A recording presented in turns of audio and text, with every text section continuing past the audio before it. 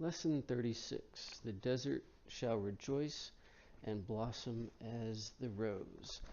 So we've been talking the last few weeks about Nauvoo, about the exodus from Nauvoo, the journey west, um, the leadership of the church, things like that.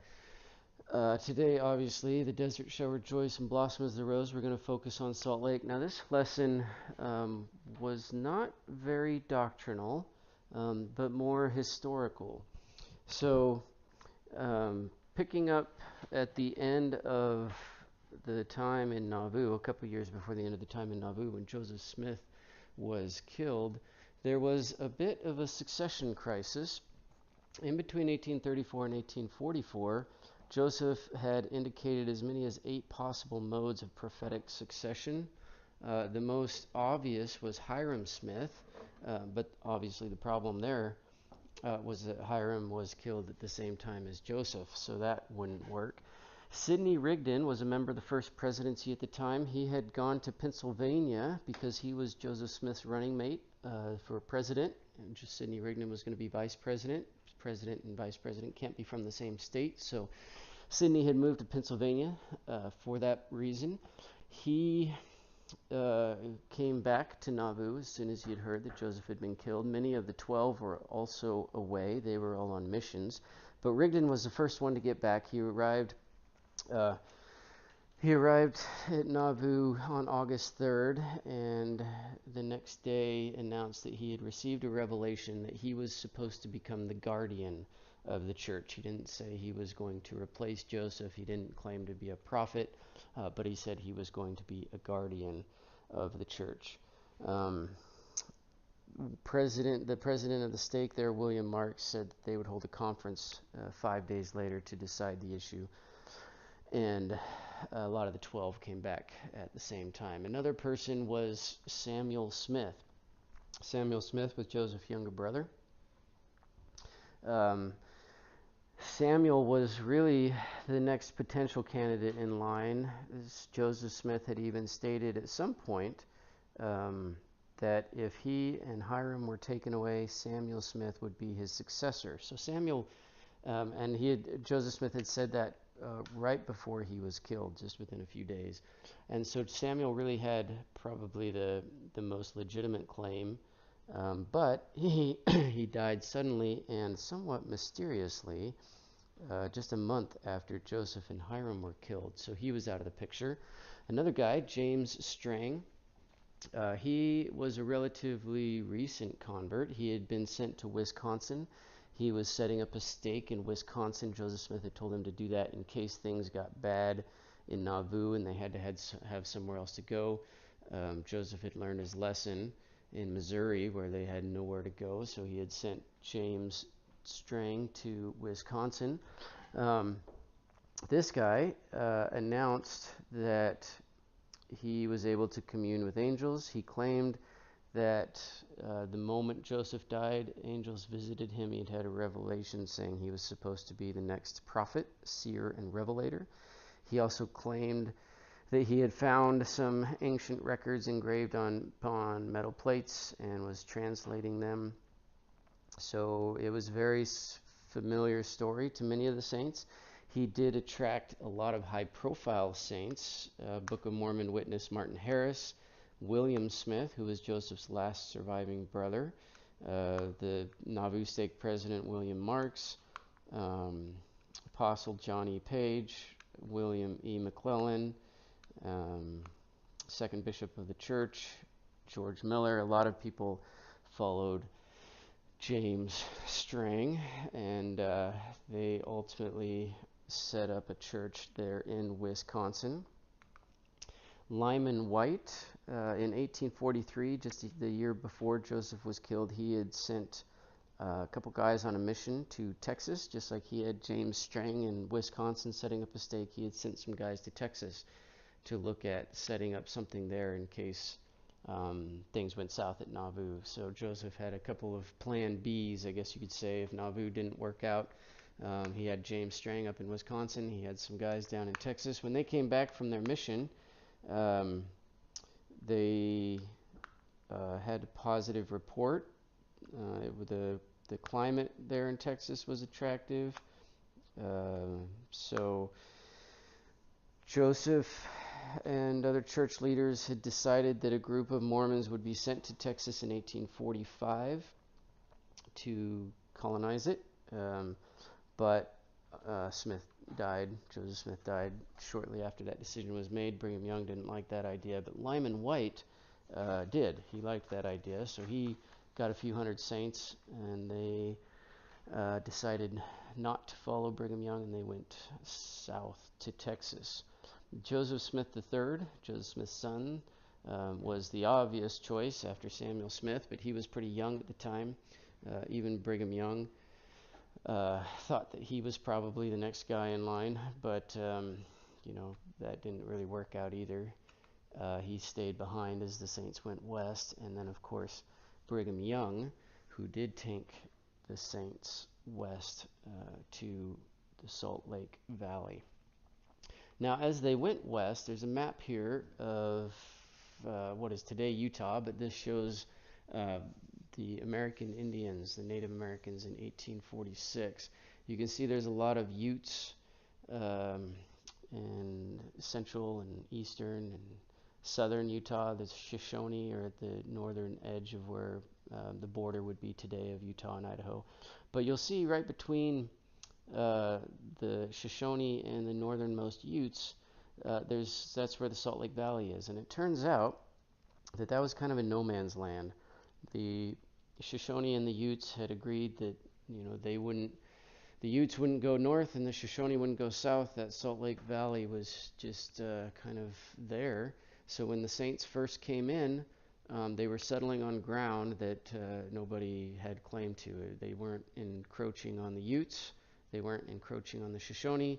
And so those first couple of years, as they were building up Salt Lake City, there was really no interaction to speak of with the Native Americans, because they happened by luck or by happenstance or maybe by divine intervention. They settled in a spot where nobody would be encroached upon.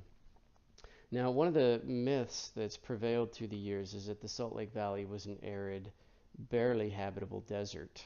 This picture is actually from Utah, but it's the Salt Flats. And a lot of times when we hear stories about when the saints got there, we hear stories that it was, something along these lines.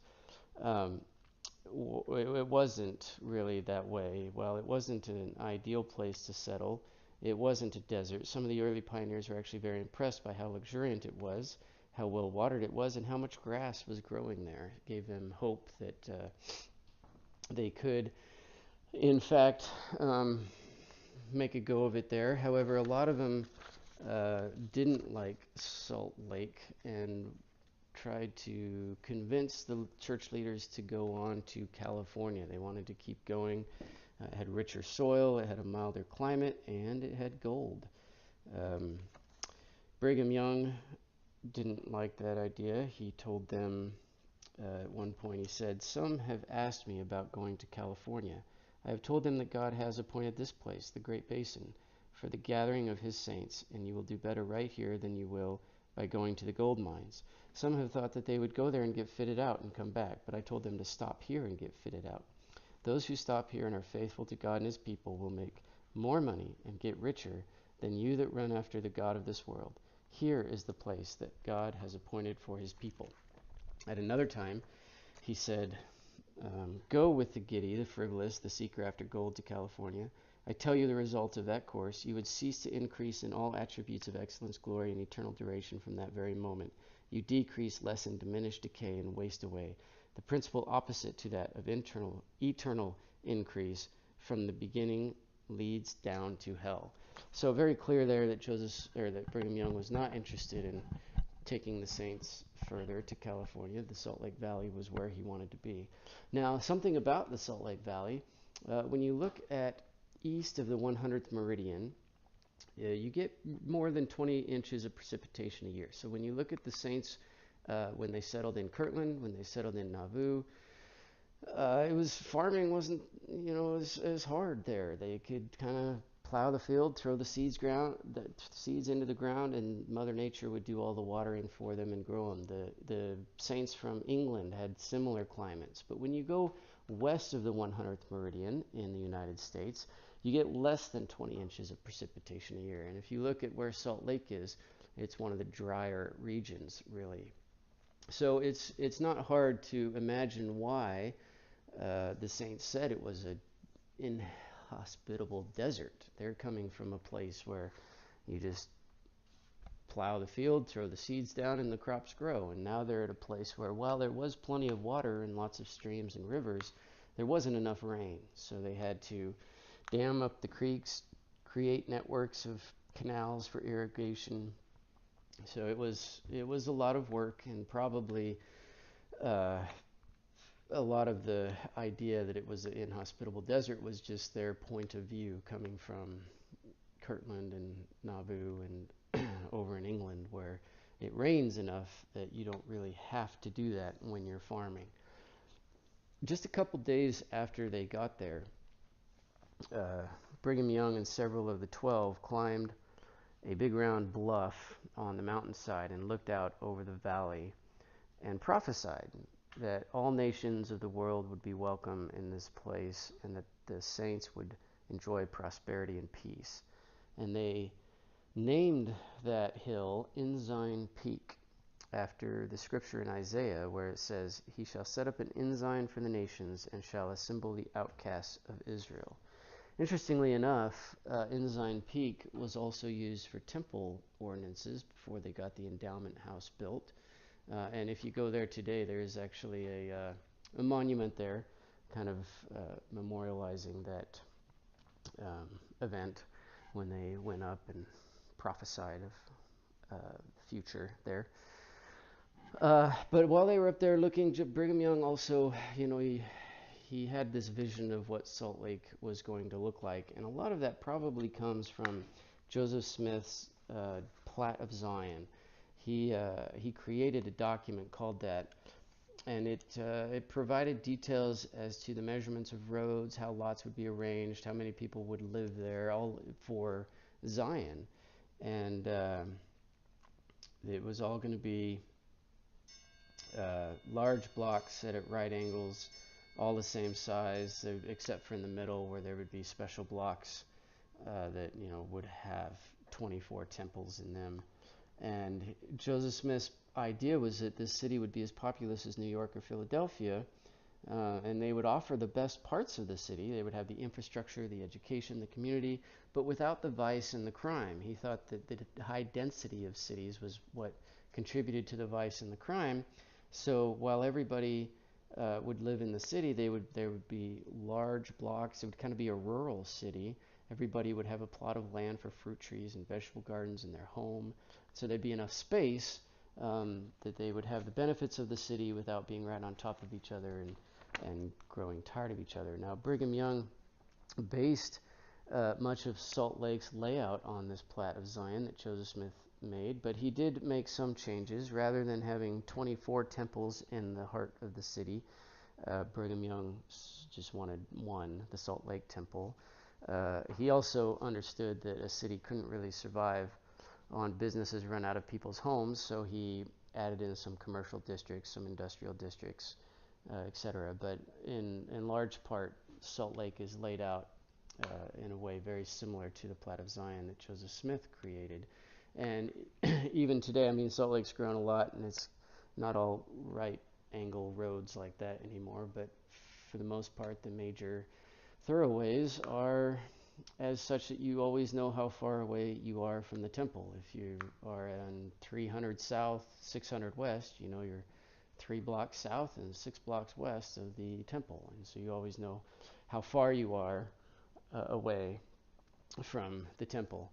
Now, after establishing Salt Lake City, the saints decided they needed to kind of fan out. You'll remember the lesson a few weeks ago when they got run out of Missouri. There was kind of 2 camps. There was one camp that said, we need to stick together, let's move and build another city and all be together. There's safety in numbers. But there was another camp that said, no, we can't do that. we need to spread out so we're not such an easy target. Well, they all went to Nauvoo and counted on the safety in numbers thing, but that had kind of fallen apart. So now they were doing a little bit of both. They were building a big city in Salt Lake, safety in numbers, but yet they were spreading out all up and down Utah. And it wasn't just Utah. From 1847 to 1900, the Mormons founded about 500 settlements in Utah and neighboring states. You'll see here some of the bigger ones in Utah, Nevada, Arizona, Colorado, Wyoming, and you'll notice the farthest one north is in Canada, the farthest one south is in Mexico. Those were kind of experiments as polygamy was being frowned upon in the U.S. They looked into potential settlements outside of the U.S. to see if they could find an easier life being polygamous as they were. Now, in 1847, something interesting happened. This gentleman here, Thomas Rhodes, showed up in Salt Lake. He was a member of the church. He went to Brigham Young's office and he tossed on his desk a bag with $17,000 worth of gold in it. And he said, "This is my tithing from my time in California. I've been in California mining gold, and here is my tithing." And you'll remember what Brigham Young said about California.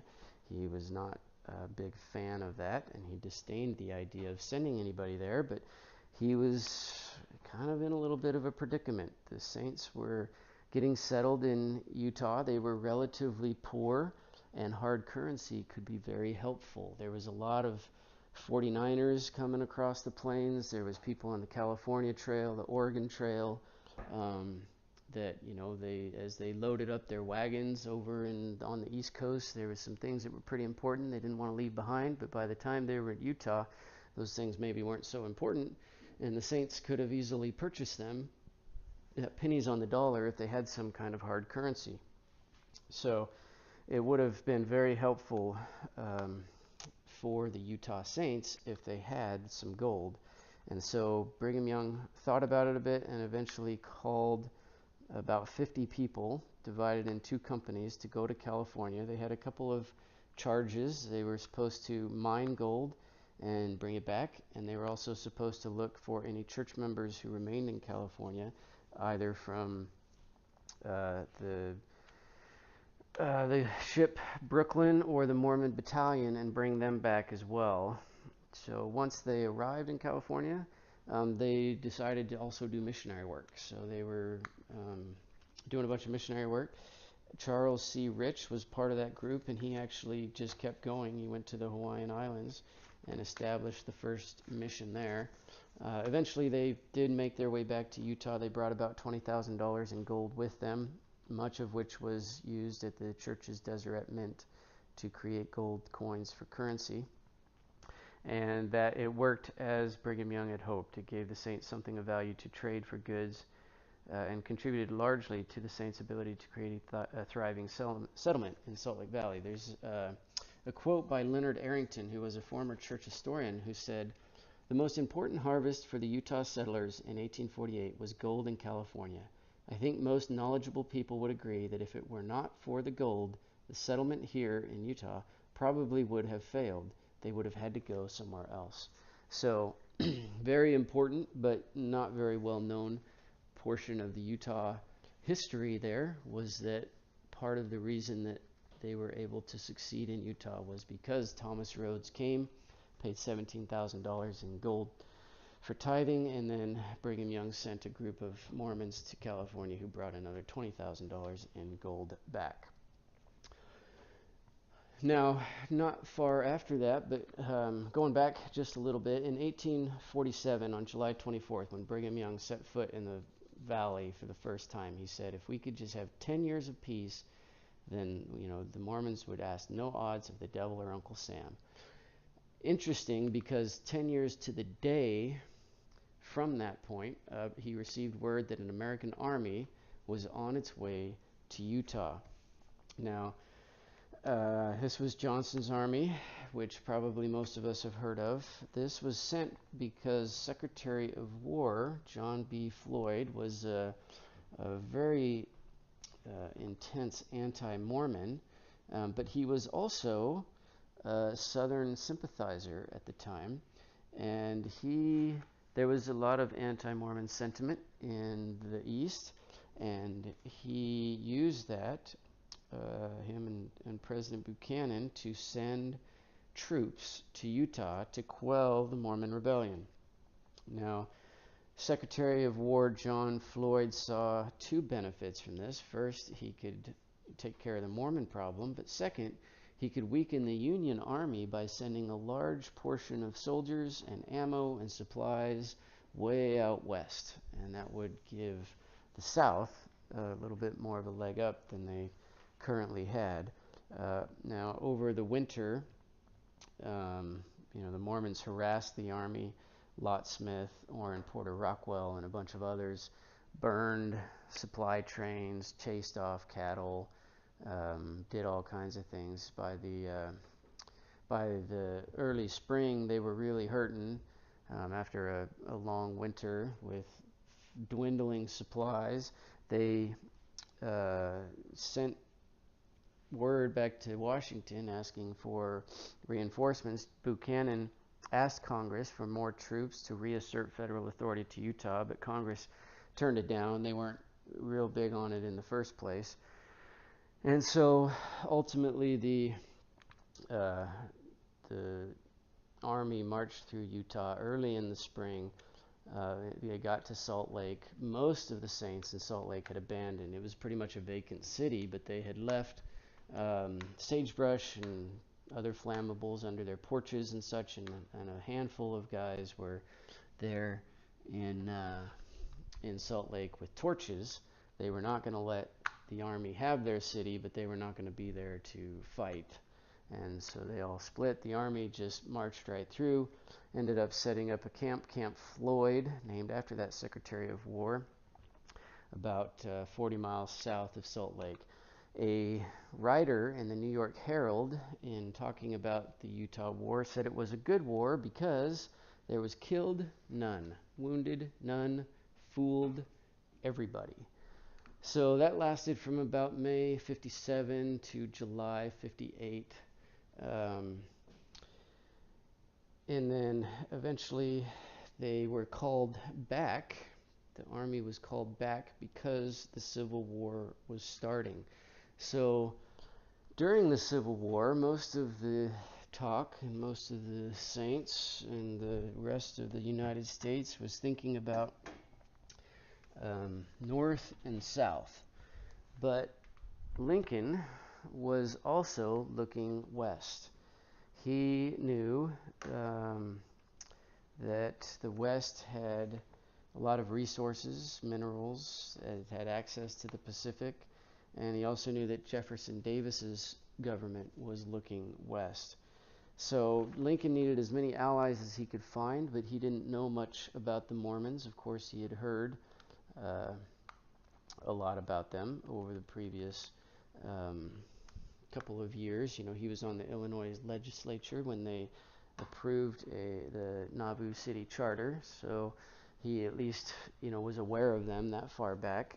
But on November 18th of 1861, Lincoln ordered information from the Library of Congress. He asked for a bunch of books. He got Book of Mormon, the original 1831 edition, and multiple other early studies of Mormonism. You could imagine at this time there were all sorts of exposés floating around, about Mormon polygamy and whatever else. And Lincoln read all that he could on the Mormons, thought long and hard about it, and then there's a quote that he told to a Mormon emissary who then went back to Brigham Young. And Abraham Lincoln said to this Mormon, he said, "When I was a boy on the farm in Illinois, there was a great deal of timber on the farm, which we had to clear away. Occasionally we would come to a log which had fallen down. It was too hard to split, too wet to burn, and too heavy to move, so we plowed around it. You go back and tell Brigham Young that if he will let me alone, I will let him alone." So Abraham Lincoln understood that the Mormons, by this time it was even referred to as the Mormon Empire. They had all of those settlements kind of going up and down Utah, and into New Mexico Territory and Washington Territory and Nebraska Territory and Colorado Territory. And Abraham Lincoln knew that it was not a good thing to cross them, so he didn't. And the railroad was happening around the time of the Civil War, a little bit after the Civil War. You had the Union Pacific Railroad coming from the east. You had the Central Pacific Railroad coming from the west. And both railroads sent executives to Utah to court Brigham Young. They wanted resources and manpower from the Mormons. Both of them wanted exclusive rights, of course. They didn't want the Mormons to help the other company, but Brigham Young courted both of them and said, "We will help both of you." And neither of them were very happy about the fact that he was going to help their competition, but they also couldn't make it go without his help. So the Mormons were a big part of the Central Pacific Railroad, the Union Pacific Railroad, making headway through the West there. It's been said that no state nor people figures more prominently in the story of the Pacific Railroad than do Utah and the Mormons.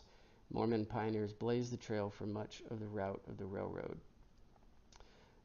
In the year 1869, when the railroad was completed, which you can see here, this is a picture of at Promontory Point when the Golden Spike was driven in and the railroad was completed. That's the celebrations. And Samuel Bowles, who was an editor and publisher of the Springfield, Massachusetts Republican, published a book called Our New West. And in it, he observed that, quote, "But for the pioneership of the Mormons, discovering the pathway and feeding those who came out upon it, all this central region of our great West would now be many years behind its present development, and the railroad, instead of being finished, would hardly be begun." So people recognize, the railroad kind of followed the Mormon trail, and then not only that, but the Mormons helped build large portions of it. And that was fairly well recognized. However, also, a lot of people assumed, including Samuel Bowles, the guy who wrote the book that quote's taken from, assumed that the railroad would be the end of the Mormons. And there was actually a fair number of Mormons who were concerned that the railroad would be the end of them, right? They had moved far out west to get away from everything. They had built up this civilization out in the middle of nowhere so that they could live in peace by themselves, and the railroad was making the world a lot smaller. And Brigham Young, in answer to the threats of the anti-Mormons and to the fears voiced by some of the Mormons about the railroad, he confidently declared that Mormonism must indeed be a damned poor religion if it cannot stand one railroad. He was very adamant that the railroad was not going to be a detriment to them, and he was right. And also,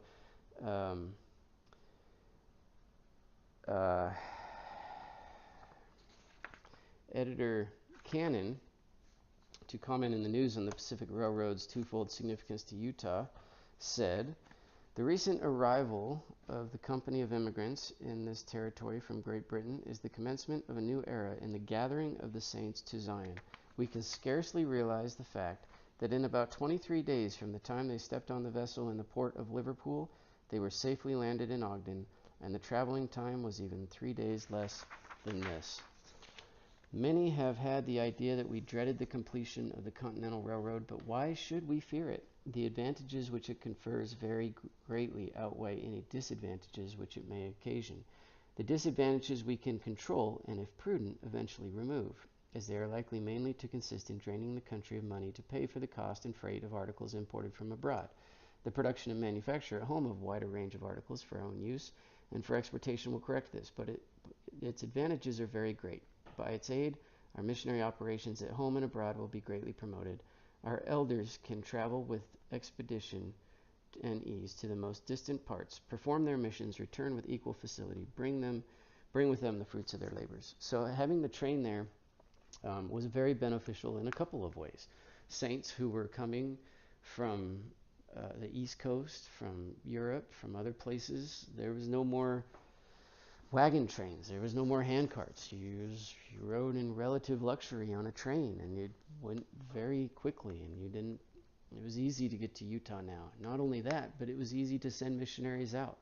They could go to the Pacific fairly easily and sail off through the Pacific. They could get to the East Coast, and so it was very easy to send missionaries to places around the world, and in turn, it was very easy for those missionaries' converts to come back. Now, one of the things about the railroad was the railroad companies had promised wages. Of course, they're not going to ask the Mormons to work for free. So they had promised wages and then not paid them. And it was bad enough that the Mormons had to send people to New York and Boston begging for back wages due. And they ended up settling for partial payment. And that payment didn't even come in cash. It came in materials, because the railroad officers were pleading poverty. Now, the railroad barons had pocketed millions of dollars off of this enterprise, but they had kind of scraped it out of their company's coffers under the table, and so said, sorry, Mormons, we can't pay you, but here, we've got all these leftover parts from building the railroad, you can just have those, which actually turned out to be fairly fortuitous, and we will talk about that in just a minute, because it really helped them as they built the Salt Lake Temple. Now, here's a quick timeline of the Salt Lake Temple.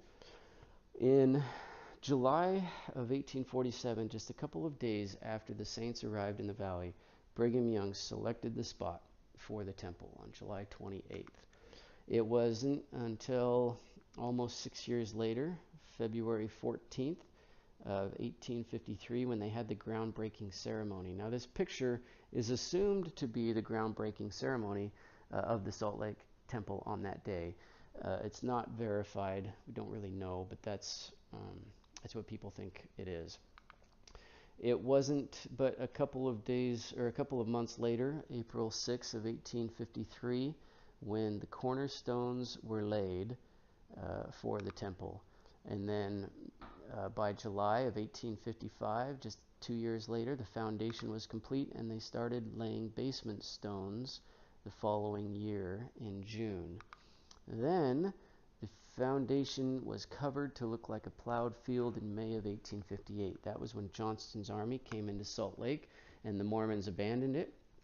They didn't want Johnston's army seeing, this big building project going on, so they covered it all up, plowed it, made it look like a plowed field, and left it. And then when the army went south and built Camp Floyd, they left it buried. It wasn't until the army got recalled to the east for the Civil War that they unburied it in May of 1860. And when they did that, they had built a lot of the foundation out of sandstone, and they had found that a lot of the stones cracked. Brigham Young was adamant that this temple was going to be built to withstand millennia, and so they ended up taking out many of the sandstone foundation stones and replacing them with some granite that they had found in a quarry, not too far away, but a little ways away. And so they started replacing portions of the foundation. Now, getting the granite from the quarry to the temple was about a 4-day trip with an ox team. It was very slow going. Of course, the stones were very heavy, and so it took them about 4 days to get a stone from the quarry to the construction site, which, as you could imagine, made it difficult to make very quick progress on the Salt Lake Temple. But they were doing it, and in October of 1867, 20 years after the site had been identified, the walls appeared above ground for the first time. And about 6 years later, the first trainload of stones happened. You remember that I said that the railroad companies did not pay the Mormons in cash and gave them the leftover materials, where the Mormons were able to use those materials to build a rail line up to the stone quarry. So instead of a 4-day trip by oxen, and they had actually even started building a canal, thinking that might be a better way to go, they now had a train that went right up to the quarry, a spur line that they had built right up to the quarry, and so they could bring the stones by train to Salt Lake, which greatly reduced the amount of effort and the time required to get the stones there. And by a couple years later, October of 1875, the walls of the Salt Lake Temple reach 18 feet. 1880, October of 1880, 5 years later, Brigham Young has died. John Taylor is sustained as president, and the walls are about 60 feet tall. In January of 1882, the walls reached 80 feet tall. John Taylor died, and in 1889, the walls reached 160 feet. Wilford Woodruff was sustained as president of the church, and then in April 6th of 1892, the capstone was laid. Now, a band played the capstone march, and all the saints were gathering around. It's an estimated about 40,000 people crowded into Temple Square, with an additional 10,000 filling the surrounding streets or watching from the windows and roofs of adjacent buildings. So it's estimated that 50,000 people showed up for this capstone ceremony. It is the largest group of saints to meet in one place up until that point. Promptly at high noon, President Wilford Woodruff stepped to a podium. He raised both hands to heaven and proclaimed in a loud voice, "Attention, all ye house of Israel, and all ye nations of the earth. We will now lay the top stone of the temple of our God." And he pressed a button on the podium, and an electrically operated device lowered the capstone slowly and securely. And as that was happening, Elder Lorenzo Snow led the Hosanna shout. And up on the very top of the temple there, you can see that picture, Joseph Don Carlos Young, who at the time was the head architect of the Salt Lake Temple, when he called out that the capstone was duly laid, everybody broke out in singing the Spirit of God. Later that afternoon, the angel Moroni was put on top of that capstone. And the angel Moroni, initially the Salt Lake Temple was going to have horizontal angels, similar to previous temples. 2 of them, in fact, one on each side. But it was changed to have the 12-foot tall hammered copper figure. And that was made in Salem, Ohio, from a model by Utah sculptor Cyrus E. Dallin. Now, Dallin was not a Latter-day Saint, but he did say later that, quote, "My angel Moroni brought me nearer to God than anything I ever did. It seemed to me that I came to know what it means to commune with angels from heaven." Now, at the capstone laying ceremony later that afternoon, after everything was said and done, Francis M. Lyman of the Quorum of the 12 got up and issued a challenge to the saints. He talked about President Woodruff's desire and dream to live long enough to dedicate the temple, and he proposed that those present pledge to provide the funds necessary to complete the building so that it might be dedicated 1 year later on the 40th anniversary of the cornerstone laying. And everybody, wrapped up in the day, unanimously accepted the challenge, which some of the construction guys may have been shaking their head a little bit, because at the time, most people anticipated it would take another 3 years to complete the interior of the temple. However, the temple was completed and ready for dedication by noon on April 5th, 1893, a year later. So they were able to do the dedication on the 40th anniversary of it, April 6th, 1893. Between 3 and 5 o'clock that afternoon, they did an open house, and they invited prominent community leaders and members of other faiths. They had about 600 people respond, including clergy, business leaders, federal officials, their family, etc. There was nowhere that they couldn't go in the temple. They were allowed to go into any room. Of course, they had an escort going with them who could answer questions. And it was a huge success. Many of them expressed appreciation and thanked them for letting them through. And that was kind of the inaugural open house.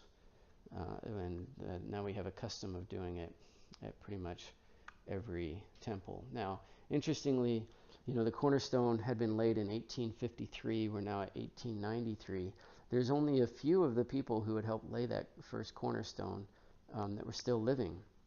Truman O. Angel was the architect of the Salt Lake Temple up until his death in 1887.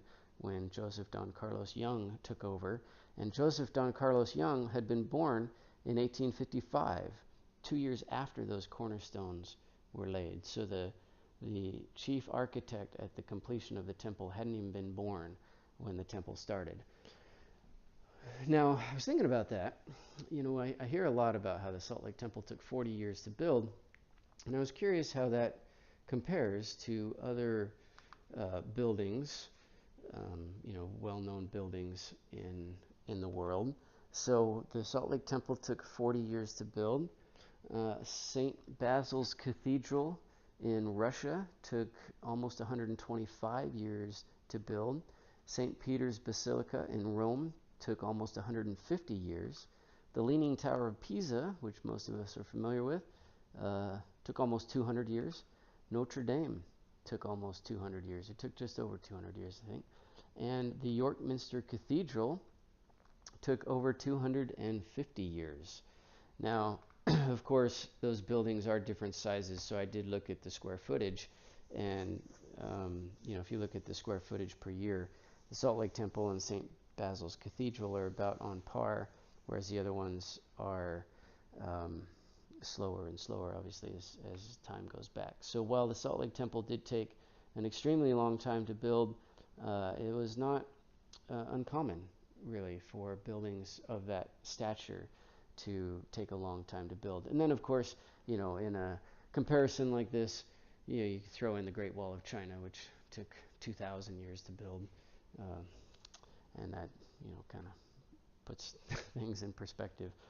But anyways, even though because it took 40 years to build, it was not the first one to be dedicated. The St. George, Utah Temple was the first one that was dedicated. It was dedicated by Daniel H. Wells in April 1877, followed by the Logan Temple in May of 1884, dedicated by John Taylor, and then the Manti, Utah Temple in May of 1888, dedicated by Lorenzo Snow, and then the Salt Lake Temple, obviously in 1893, April of 1893, dedicated by Wilford Woodruff. Now, in closing, I would just like to go over a little bit of the symbolism on the Salt Lake Temple. Truman Angell, the head architect, the guy that died just a few years before it was completed, he stated that Brigham Young diligently studied the scriptures, particularly the Old Testament, before developing the plan for the exterior symbolism of the temple. And Orson F. Whitney of the Quorum of the 12 Apostles said, "Do I err then in believing that the universe is built upon symbols, to the end that it may bear record of its all-wise architect and builder? God teaches with symbols. It is his favorite method of teaching. The Savior often uses them." Now, something that really surprised me as I was preparing this lesson, I have heard many discussions and talks and other things about the symbolism on the Salt Lake Temple, and I assumed that there was some official guide or dictionary to what all the symbols mean. But I couldn't find one. And in my lessons, or in these presentations that I put together, I really try to stick to doctrine and history and leave out tradition and culture and speculation and everything else. So it turns out that as I was looking for the meaning of all the symbols on the Salt Lake Temple, I couldn't find any definitive guide. I did stumble across this quote from Joseph McConkie. It says, "In suggesting some meanings associated with the symbols on the Salt Lake Temple, it need not be supposed that this constitutes the final word on the matter. Finality robs symbols of their meaning."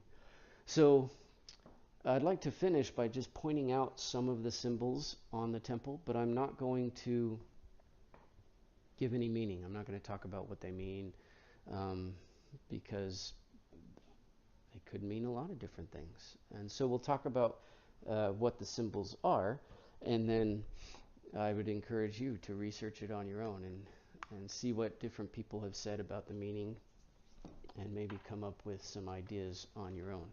So the temple is facing east, which is, the Israelite temples typically were built so their main doorways opened east. That was generally because the rising of the sun announced the new day, symbolizing new beginnings and opportunities for those Israelite temples. So, the Salt Lake Temple is also facing east, could mean, something along those lines. The Tabernacle of Moses and the Temple of Solomon in Jerusalem are oriented so that their doors faced toward east, and the Garden of Eden was also eastward. So the temple facing east just sort of makes sense when you look at that.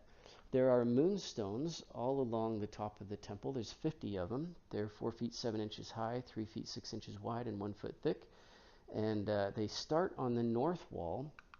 They follow the phases of the moon as they were in the year 1878, which is when they were placed. And because they start on the north wall, April is facing east, and the front of the temple is facing east. So the moon phases, April lines up with the main front doors on the temple.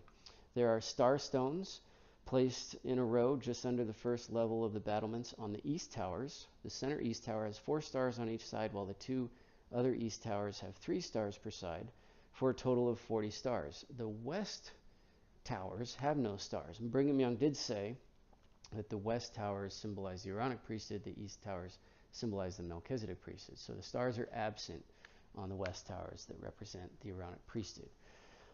On the west center tower is the Ursa Major, better known as the Big Dipper constellation. And it is literally aligned with Polaris, the North Star. So just like, if you're out at night and you look up and you find the Big Dipper, it points you to the North Star.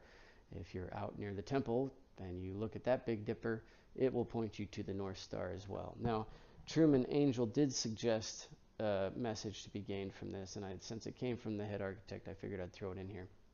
He said, that the lost may find themselves. So, interesting comment by him. There are 2 cloud stones. Now, originally there was going to be more. If you look at the architectural drawings, there was going to be more cloud stones, but there is now only 2. They are seen on the upper face of the east central tower, immediately under the cappings of the main buttress. These show a cluster of cumulus clouds through which the sun's rays are breaking. The area each cloud stone takes is 5 feet by 3 feet, 3.5 feet. Now, interesting, just like there was going to be more cloud stones, there was a lot of, when the temple was first being designed, they thought they were going to build it out of sandstone. So a lot of the symbolism was going to be have a lot more detail to it. But as they changed from sandstone to granite, they couldn't actually, carve it as well. And so some of the symbols are not as detailed as the drawings show, and things like the cloud stones, there's only a couple, and there was going to be more. So there's a lot of symbolism on the Salt Lake Temple. There's an all-seeing eye. There's obviously the Angel Moroni statue, the beehive, the Big Dipper, the compass in the square. There's clasped hands. There's cloud stones, earth stones. There's the spires. It goes on and on and on. And it's an interesting topic to look into, and one that I would suggest everybody look into. And then just finish off with a quote from Russell M. Nelson, and referring to the temple. He says, "There we are taught in the Master's way.